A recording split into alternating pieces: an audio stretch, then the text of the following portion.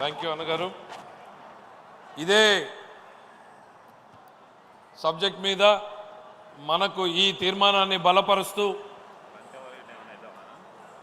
పదాలతోటి మనందరినీ ఆకట్టుకునేటువంటి ప్రసంగాలు చేసేటువంటి మన తెలంగాణ సోదరుడు శ్రీ నన్నూరి నర్సిరెడ్డి గారిని రావాల్సిందిగా ఆహ్వానిస్తున్నాం. గౌరవనీయులైనటువంటి సభాధ్యక్షులు,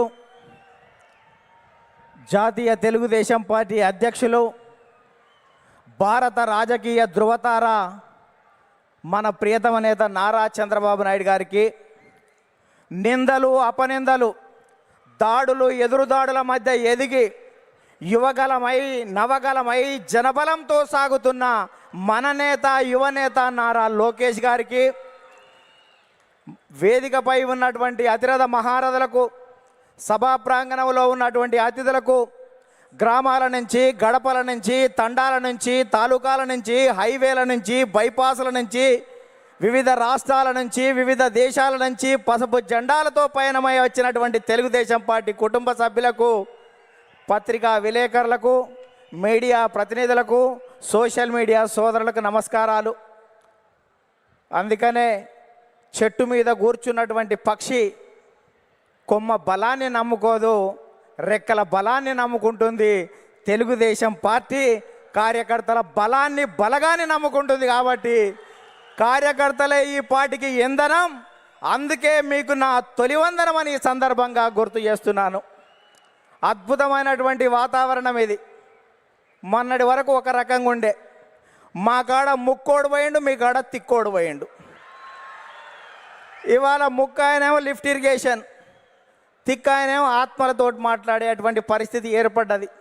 ఈ సమయంలో జనం కోసం, జాతి కోసం, పేదల కోసం, బీదల కోసం మహానాడు ఏర్పాటు చేసుకొని అధికారంలో ఉంటే ప్రజలకు చేయవలసిన దాని గురించి, ప్రతిపక్షంలో ఉంటే ప్రజా సమస్యల మీద మాట్లాడేటువంటి ఈ మహానాడు వేదికపై, ఈ మహత్తరమైన వేదికపై తెలుగు జాతి విశ్వఖ్యాతి అనేటువంటి అంశం మీద ఈ తీర్మానాన్ని బలపరిచే అవకాశం ఇచ్చిన బాబు గారికి ధన్యవాదాలు.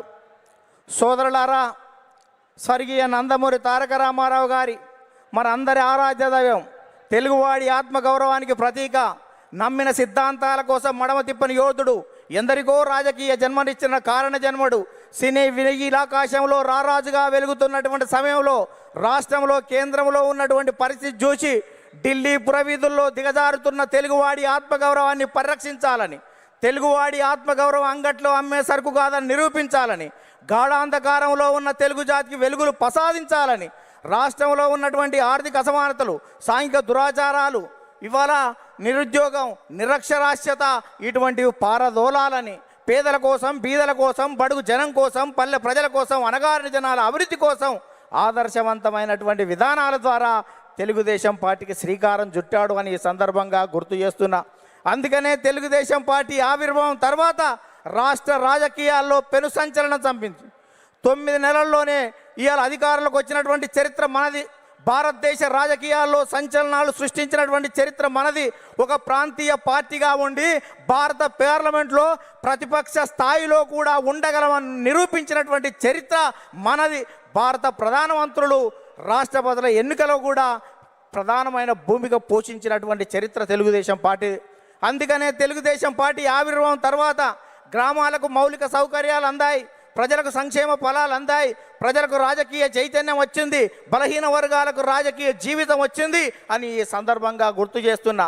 సామాజిక మార్పులకు స్వాగతం పలికాం, ఆర్థిక అభివృద్ధికి అందలం వేశాం, నిమ్న జాతుల ఉద్ధరణ కోసం, బడుగు జన ఉద్ధరణ కోసం బాటలు వేశాము అని సందర్భంగా గుర్తు చేస్తున్నాను. అందుకని సోదరులారా,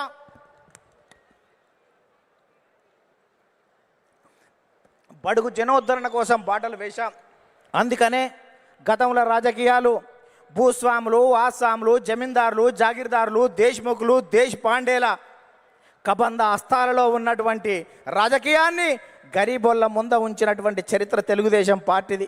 కమ్మరి కుమ్మరి జాగలి మంగలి ఎరకలి మాల మాదిగ వడ్డెర బలిజ లంబాడ కోయ ముదిరాజ పెరిక మేరు కాపు వైశ్య యాదవ నేత గీతా కార్మిక కర్షక బడుగు బలహీన వర్గాల బిడ్డల చేతులకు ఈ రాజకీయ అవకాశాన్ని తీసుకొచ్చినటువంటి చరిత్ర తెలుగుదేశం పార్టీదని ఈ సందర్భంగా గుర్తు చేస్తున్నా.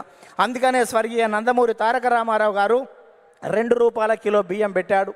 ఆ రోజు ఉన్నటువంటి తినేవాడికి తిండి, ఉండడానికి ఇల్లు, కట్టుకోవడానికి బట్టలు ఉండాలని 2 రూపాయల కిలో బియ్యం పెడితే 30 సంవత్సరాల క్రితం 40 సంవత్సరాల క్రితం తెలుగుదేశం పార్టీ పెడితే ఈ దేశంలో ఆహారత భద్రత చట్టం మనం పెట్టిన దానికి 20 సంవత్సరాల తర్వాత ఆహారత భద్రత చట్టం వచ్చింది. అంటే తెలుగుదేశం పార్టీ ఒక నిర్ణయం చేస్తే ఈ దేశం వివిధ రాష్ట్రాలు 20 సంవత్సరాల తర్వాత ముందు చూపుతోటి చేస్తున్నటువంటి పరిస్థితి ఉంది. మనం మహిళలకు ఆస్తి హక్కు 30 సంవత్సరాల క్రితం ఇస్తే భారత పార్లమెంటులో మనం నిబంధన పెట్టిన తర్వాత 15-20 సంవత్సరాల తర్వాత కూడా భారత పార్లమెంట్లో పెట్టేటువంటి పరిస్థితి ఉంది. అందుకనే ఈ దేశంలో ప్రతి చట్టం కూడా తెలుగుదేశం పార్టీ ముందు చూపుతోటి విజన్ 20 తోటి ముందుకు పోతున్నటువంటి పరిస్థితి ఉంది. అందుకనే స్వర్గీయ నందమూరి తారక రామారావు గారు తర్వాత మన ప్రియతమ నేత నారా చంద్రబాబు నాయుడు గారు అధికారంలోకి వచ్చిన తర్వాత రామన్న రూపుదిద్దినటువంటి ఈ పార్టీని చంద్రన్న తీర్చిదిద్దాడు. అందుకనే విద్యకు ప్రాధాన్యత ఇవ్వాలనే ఉద్దేశంతో ఇవాళ సమైక్య రాష్ట్రంలో 23,000 పాఠశాలలు, 1,047 ఉర్దూ పాఠశాలలు, 40 రెసిడెన్షియల్ పాఠశాలలు, 4,352 అప్పర్ ప్రైమరీ స్కూళ్ళు, 906 ప్రైవేట్ జూనియర్ కళాశాలలు, 362 ప్రభుత్వ జూనియర్ కళాశాలలు, 131 ఇన్సెంటివ్ జూనియర్ కళాశాలలు, 1,295 డిగ్రీ కళాశాలలు, 275 బీఈడి, 276 ఎంసీఏ, 206 ఎంబీఏ, 188 ఇంజనీరింగ్ కాలేజీలు, ఇవాళ 26 మెడికల్ కాలేజీలు, 24 ఫిజియోథెరపీ కాలేజీలు ఏర్పాటు చేసి, 31 నర్సింగ్ కాలేజీలు ఏర్పాటు చేసి, 31 ఫార్మసీ కాలేజీలు ఏర్పాటు చేసి ఇవాళ 1,60,000